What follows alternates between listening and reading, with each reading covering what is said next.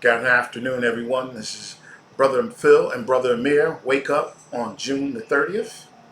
Brother Phil, there's something that I want to discuss that we talk about all the time. Since the pandemic, there's been a lot of new podcasts, a variety of different topics, and great information that's being, distributed to the general public. There's a event that's coming here to Atlanta. It came last year, and a good friend of mine's attended Invest Fest by Earn Your Leisure. These two brothers, they're doing their thing, giving a lot of people a lot of different opportunities to be on the platform that the general, media outlets don't allow them to showcase their talents. Um, but last year, one of my good friends, she attended, and she paid $250 to attend this event. And everything that she was looking for to gain, I showed her where she could get this information for free. She just needed to do a couple go to different websites to gather this information. Um, so what I asked her after the fact, but I didn't talk to her for like a week until after it settled in that she spent this $250. My question to her was, now that you spent the money, and prior to you going, I showed you where you could gather all this information for your business. Um, what did you accomplish outside of attending an event where there were a very large number of people attended, and you were amongst some of the celebrity guests that were on the panel? And her response was, Amir, I should have listened to you. I didn't get anything. I didn't get no funding. I didn't get no customers. I didn't get no product. I didn't get anything outside of listening to people that are already successful on the platform talking about what we need to do better collectively as black people. I didn't hear anybody talking about we starting a black bank. We're going to show you how to get this funding from an institution that we own. Nothing along those lines. So this year they're having it again here. It's going to be the second annual one here in Atlanta, and the price tag is $250 to $10,000. What's your take? Yeah, well, I'm of the mindset for our community, right? And like you had stated, the platform for Earn Your Leisure, I watch them guys frequently. I subscribe to their channel, and a lot of powerful people come on there giving, like you said, great information about wealth building. From whether you're entrepreneurial or whether you're seeking government contracts, whether you're, are trying to get yourself involved in banking. I've seen numerous discussions on their platform. Absolutely. Now, for me, my take at that amount, $250, not bad to attend if you're networking and you're meeting people that are going to follow up, after the event. Now, for $10,000, I'm wondering, are you getting some equity? It's something that you're going to get a return on your investment. That's steep, 10 grand. Right. Now, for anybody attending, if you have 10 grand to invest in a seminar to listen to people talk about wealth building, specifically people that already have money, that's mind-boggling to me. Now, like I said, our discussions that you and I have frequently, off camera, I'm still waiting to see a group of our people have a chain of grocery stores. We're in Metro Atlanta. I was listening to John Hope Bryant. I'm sure people are familiar with that man, and he's into teaching about financial literacy. So he was speaking, and he had given some statistics recently. And what he was saying is that Atlanta is the 10th. If you took Atlanta and used it as an economy, it said it would be in the United States of America, the amount of money coming through Atlanta would rank it as the 10th largest economic area in the United States of America. Okay. He stated that in Atlanta, where you could take South Carolina, North Carolina, Tennessee, Alabama. I think he said Louisiana, not Louisiana, maybe Mississippi.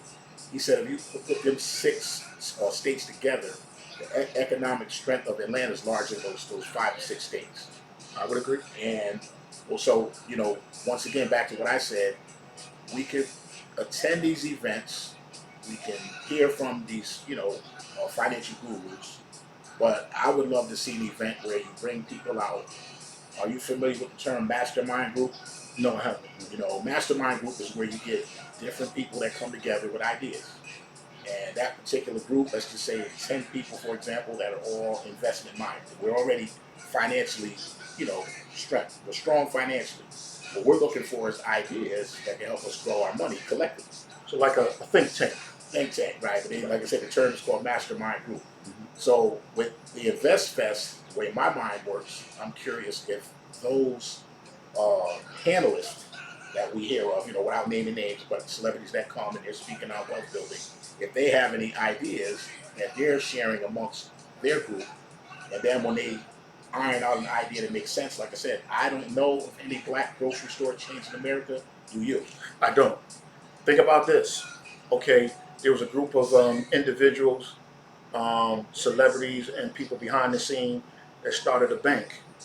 But why is it that we don't have more banks to be able to give funding? Because you can start a bank or a credit union with as little as $10 million. And we know today that's not a lot of money when we're thinking about what these athletes are making, what these entertainers are making.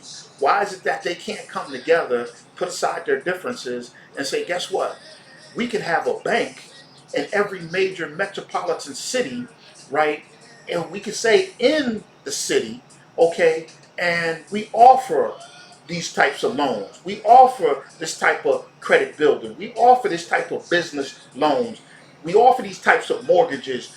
Why is it that we can't come together after all these years? Think about it. When our parents were young, we didn't have an opportunity to have choices. We had to deal with each other, from the banking, from the grocery to insurance, transportation. What took place? Whereas now it's like we glorify going to somebody else. Like we were just at the outlet and walking through the outlet, they had a line standing outside to wait to get into the Gucci store, and the line going into the Gucci store with nothing but people that look like you and me, Wow.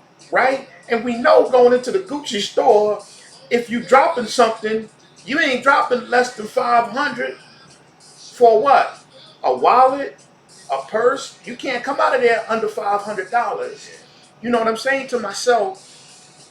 All these people that have done extremely well for themselves in our time, not my parents' time, in our time, and the ones that have become filthy rich in a short period of time, it's like they have I don't know, it's like a leash, so to speak, on how far they can go and what they can give to their own communities.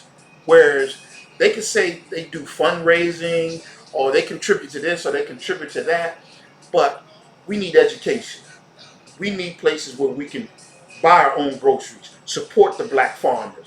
We need a place where we can get funding because we know that there's two different types of applications when it comes to funding, right? And you need to have more than anyone else when it comes to funding. Whether you want to buy a mortgage, you get a mortgage for your primary property, investment property, commercial property. Okay, the guidelines are totally different for me and you. I mean, I'm speaking, I'm speaking loud and clear because that's what I see for the last 20 some odd years of being in the financial world. And why can't we just think about how is it that we come together? It's always the ones that don't have the funds that have the ideas. The ones that do have the funds may have had the ideas before they got the money. But once they got the money, now their ideas now automatically change to look at me. I got all these cars, I got all these homes. And that's one thing that I love about Brother Umar Johnson. He showcases to you that certain groups of people that have made this financial wealth, they got a lot of cars, A lot of homes, they don't employ anybody really, and they have nothing that's going to be able to help bring those who admire you, support you for all these years of you being in the entertainment business, a professional athlete, and they may have an idea just to be able to get themselves out of a rut. And they have great ideas, but they have no capital. Well, what I would love to see, and it's a, I don't know, mind-boggling to me, where, like you said, the communities that we come from, we don't seem to just have idea discussions, think tanks, as you stated, where the same stuff me and you were talking about, you get a room full of people, we're not there paying fees to take pictures with people. We're there to discuss ideas. Mm-hmm. And like I said, one of the biggest things to me, I brought it up to you, through the years that we've been communicating with each other. I would love to see, and I think Metro Atlanta is a great market for it, a grocery store.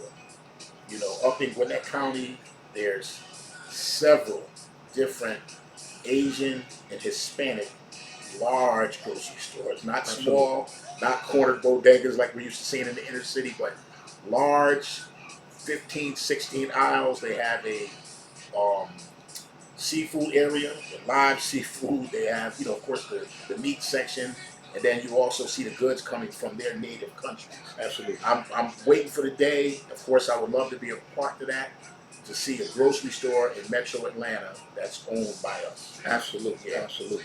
And you're correct. And being up in Gwinnett, where I live at, I mean, on one street, there's 7 different international grocery stores that cater to everyone, but they're not owned by us at all. We just think about if they decided that you can't come to their grocery stores, we're in a world of trouble. Yeah. We're in a world of trouble. We're not harvesting our food. The black farmers are struggling, and we're dependent on everybody else. We're dependent because nobody respects us, because we don't respect each other. And they know that. They know that better than us. Well, case in point, when you just spoke of, a Gucci store, right? Those are consumer goods, material items that have no real value. Mm-hmm. Speaking of farming, right? I believe you just started growing some of your own products, Absolutely. right? And I'm in the process of having a garden built in my backyard. Here's another idea.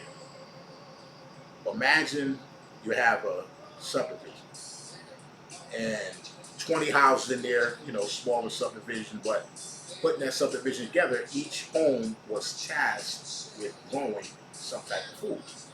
You know what I mean? Like your neighbor, maybe he's doing apples, and the guy next to him is doing pears. Then you have another backyard where they're doing cucumbers and carrots. Mm-hmm.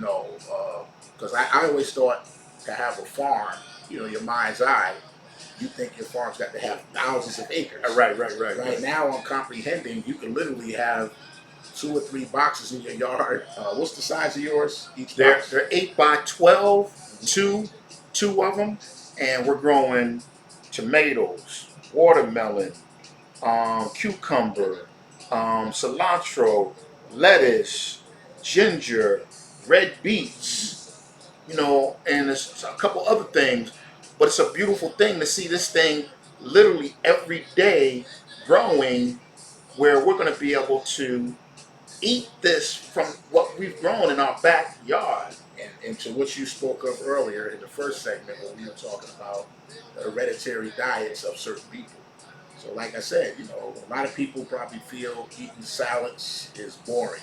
You know what I mean? But I've learned some creative things about vegan meals. I've been tuning in to people that are putting out that information. There's a lot you can do with vegetables. Yes. You know what I mean? Yes. So this year, like I said, health and wealth once again, Brother Amir, Brother Phil, I'd like to thank you for tuning in and listening. Have a good one.